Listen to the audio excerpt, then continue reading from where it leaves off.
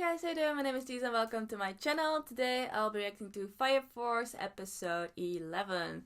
So yeah, I'm really excited. The previous episode was just so wholesome. I really loved it. But I have a feeling that now things are gonna get more hype again since we got introduced to a lot of new characters, a lot of new groups. Like we got introduced to all the captains of all the other units or companies. We got a glimpse of that organization who's, I believe, works under the Evangelist. So yeah, we got a lot of new information and we got a lot of new possible ways in which the story may go. So I'm really excited about this episode and to see which direction it will take. So without further ado, let's just right into it. So let's go.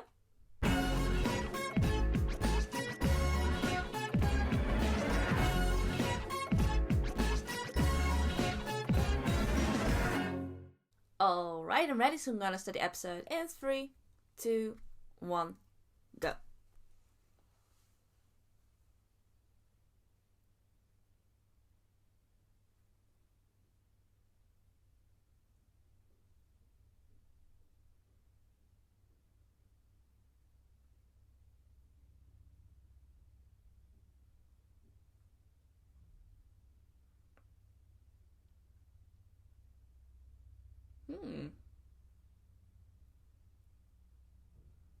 The heart of the 8th.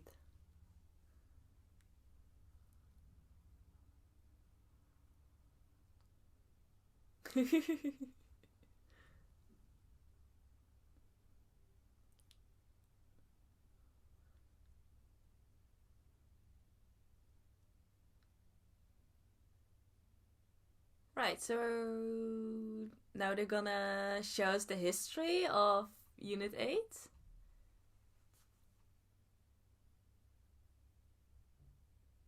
Oh, young Hina! Oh my gosh.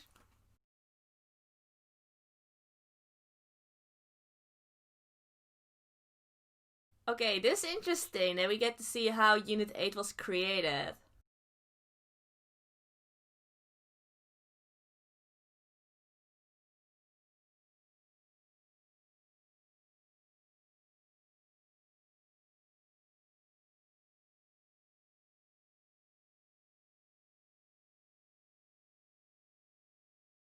Yeah, and I'm really starting to like Hinama. Also, the way he, interacted with Shinra in the previous episode was just so sweet.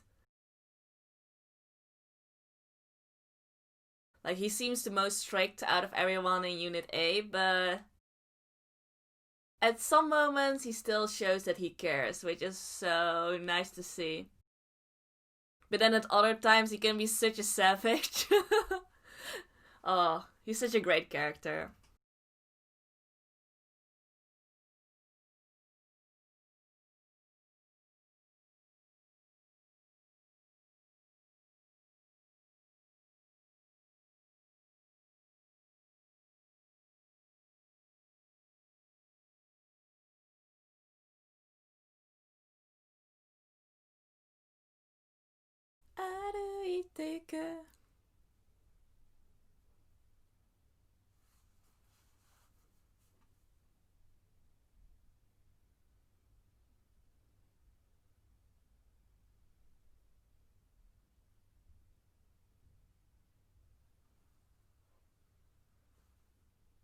Maki! She's still really skinny.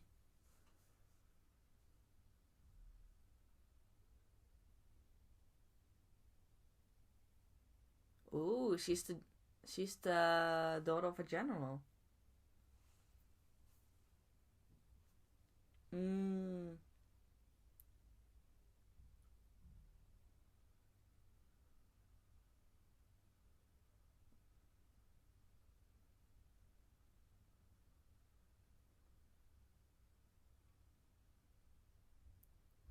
Hmm.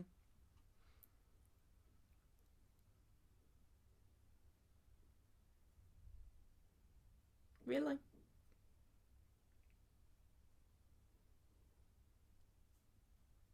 Dojo.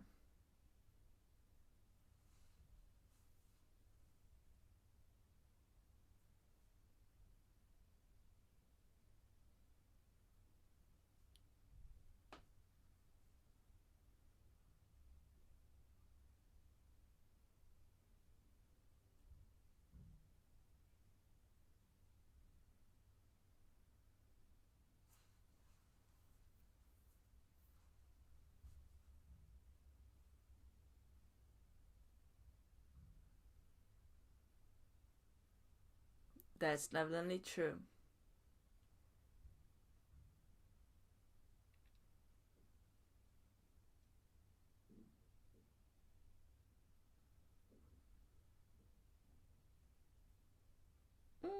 True.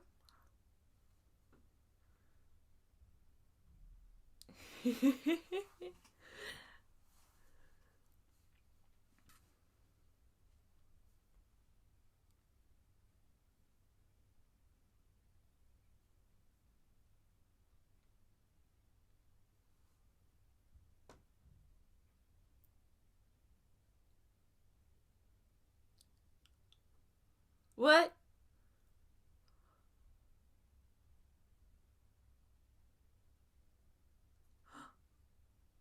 Oh no!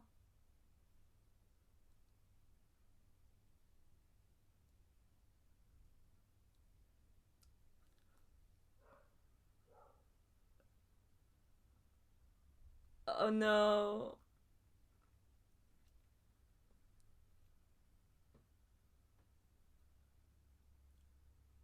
Hmm.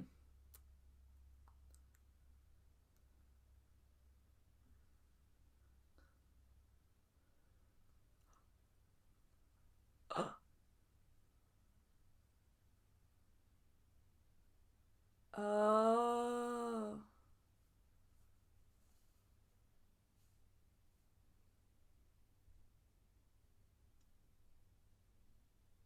Oh, that must have been a really traumatic experience.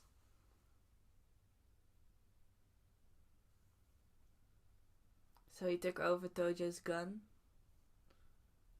the baptized one.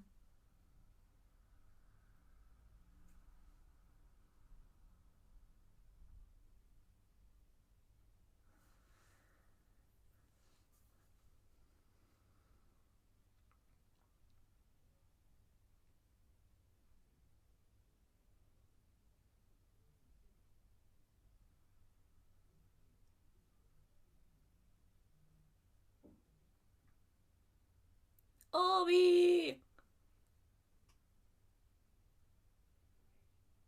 Unit 3.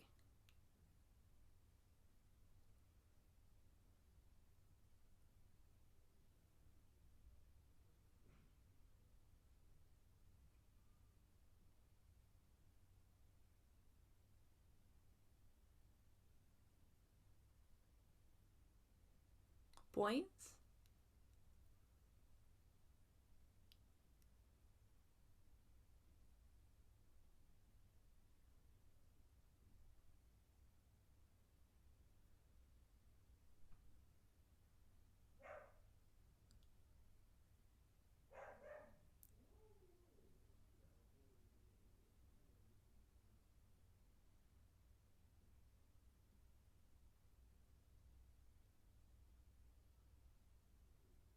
Hmm.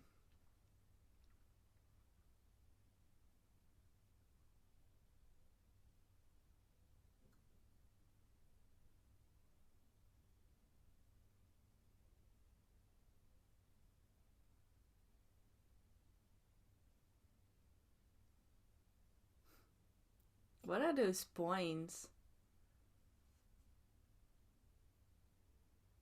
Really? Ex- exactly, they see it more as a game.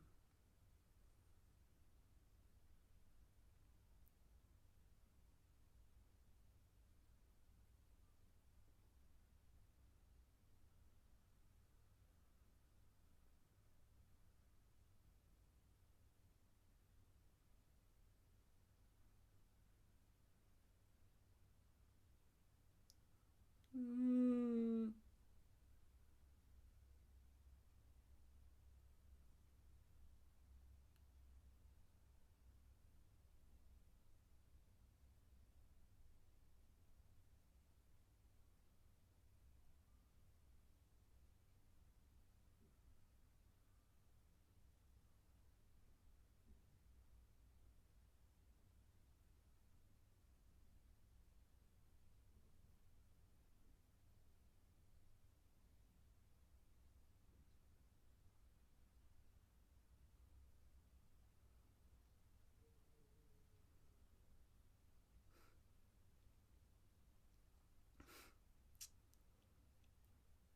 Oh, yes.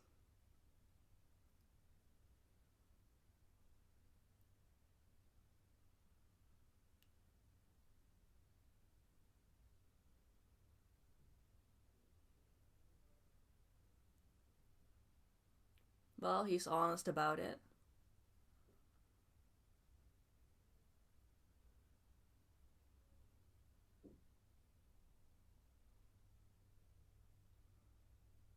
Yeah.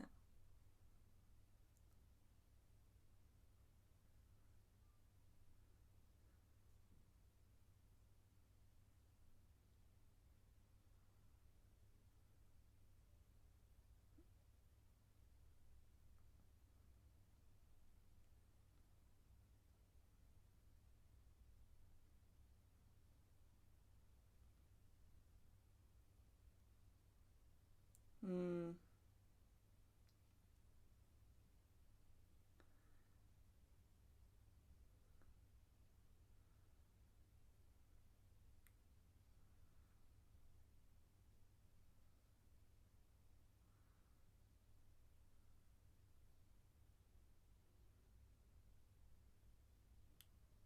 Yes. You can do it.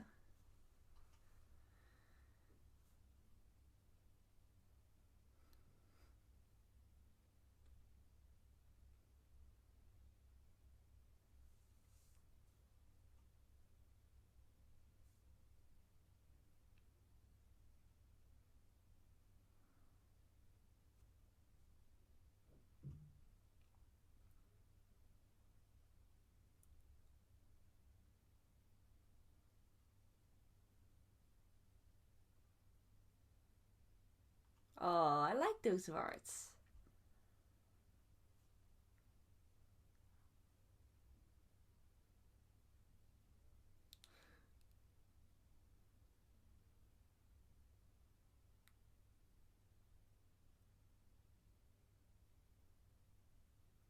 Oh, yes.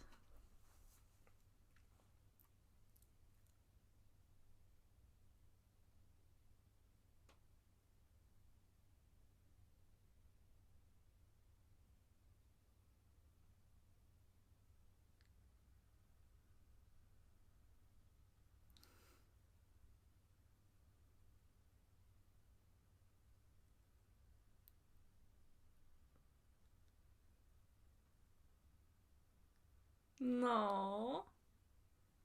That was a great backstory.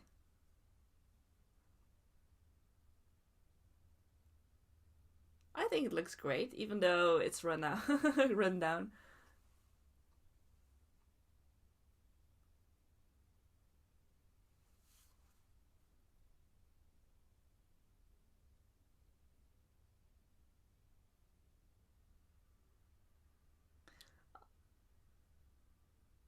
Oh, Maki.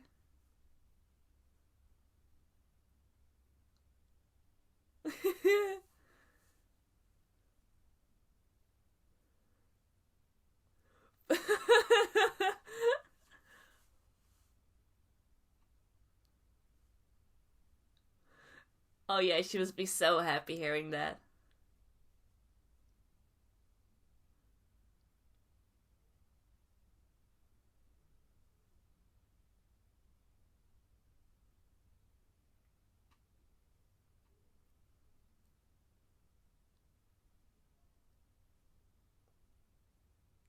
Yep.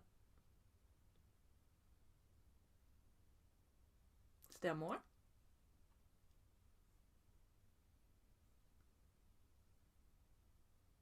Okay, we're back to the beginning. Right.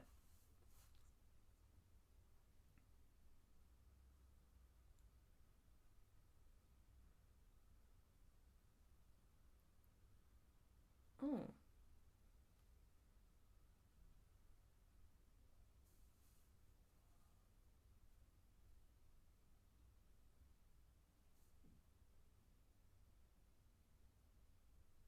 Hmm.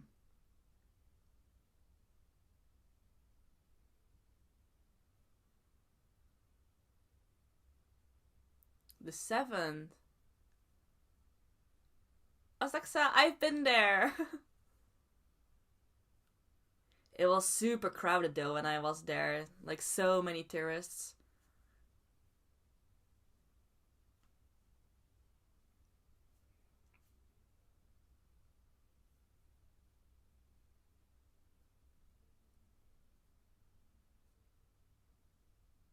He still took it.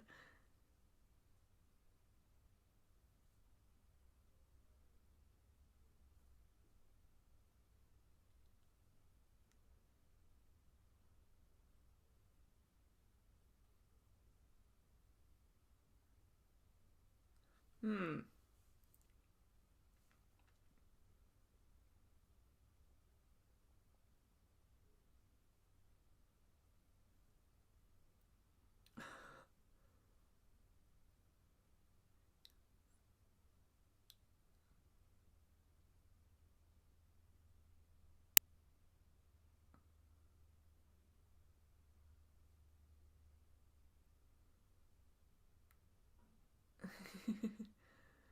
Okay. Right.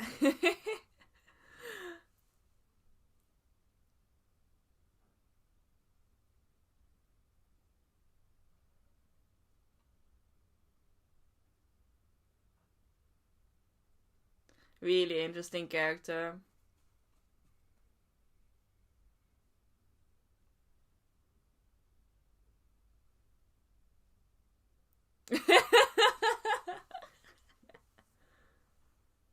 Oh, alright. Oh, this time I really thought the episode was over.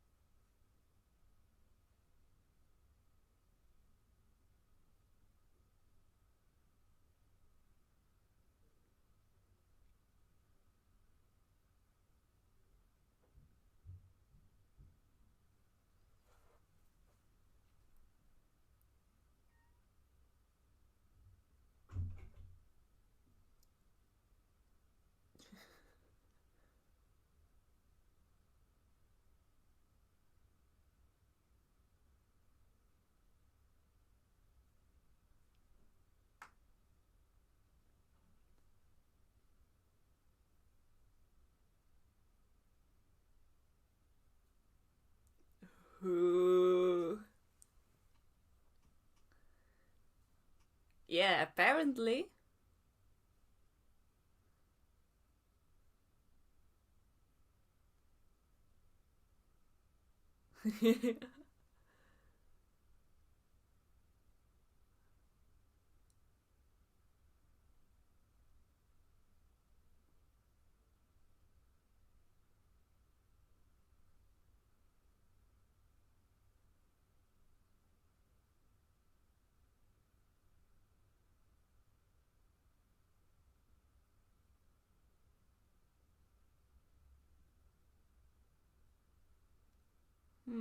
Will we get to see him in action? Like what he can do as the mightiest fighter?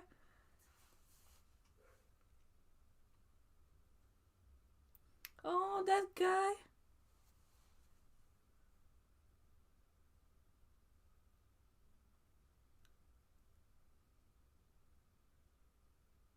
Ooh.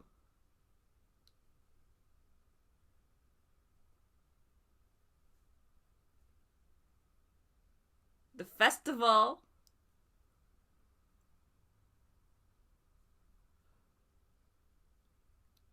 Excuse me.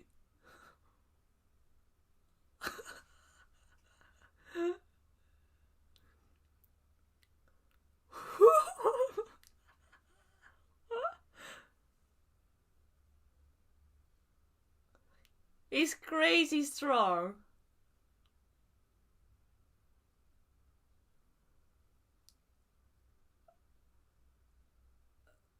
Ooh.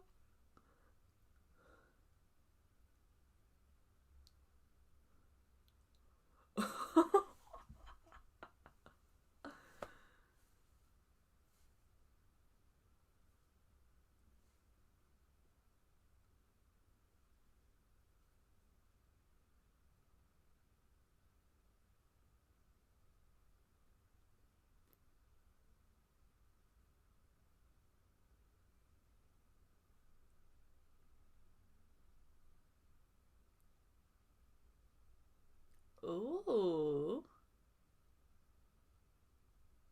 Oh, so he's both second and third? Compound fire soldier.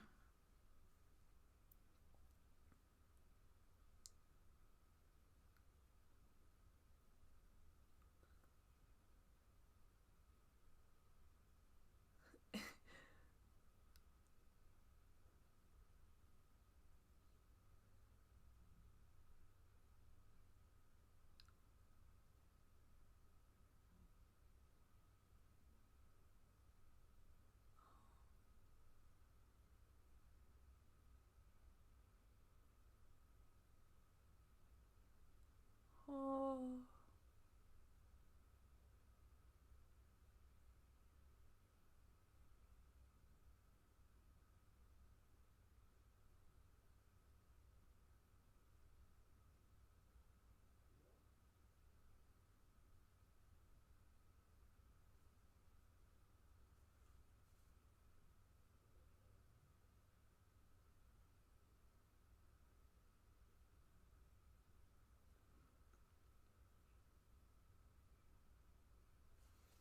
Mm.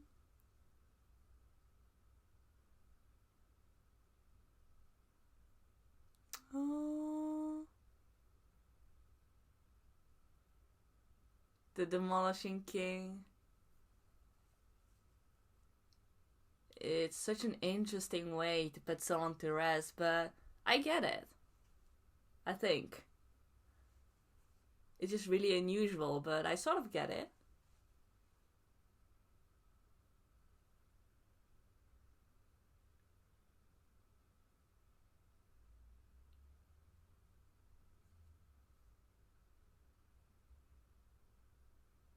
Oh. Oh, I did. Alright, it was a really packed episode. A lot of things were going on. It was way longer than I expected, sort of. But yeah, it was a great episode. But I have a lot to talk about, so yeah, I'll just keep that until after the ending.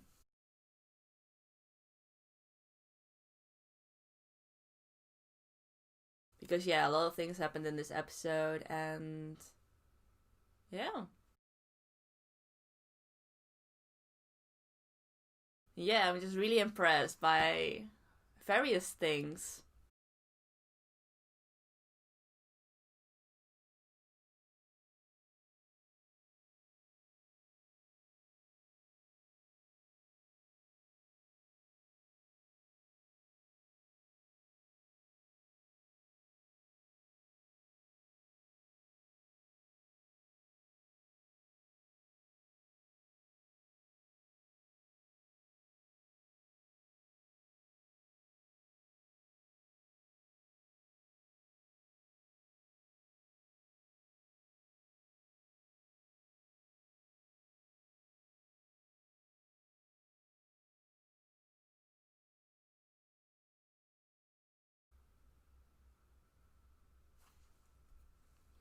Eve of hostilities in Asakusa. Okay, so we're still gonna stay or continue in Asakusa in the next episode, which is great. So yeah, that was episode 11 of Fire Force. Yeah, there was so much going on this episode, so I have a lot to talk about, but overall I thought it was a really great episode. So we started off with sort of the history of Unit 8 and how it got formed. So yeah, Obi was the one who took the initiative to create the unit or start this new unit. And you could say that Hinawa was sort of the one who pushed him into it, who sort of became his right hand man before it even was created. So it was great to see their history, sort of see their backstory, especially for Hinawa. Like I said, like he's just not as cold hearted as he may seem. He really has his like sweet and kind moments. And yeah, I just really like him as a person. But I feel like the overall theme of this whole episode was how to put people to rest. It's a really important thing to think about. Like many people may think that it doesn't matter how you kill people because it doesn't really matter what kind of method you use, the result will stay the same. The people are just dead. But the process itself, it's still important. And especially for the ones who are left behind, for those people it's just a lot more important what kind of methods they use. So like we saw with how Unit 8 handled that, that incident. And there were like 2 cases that happened simultaneously. But they sort of gave a point in order to raise the soldiers' morale.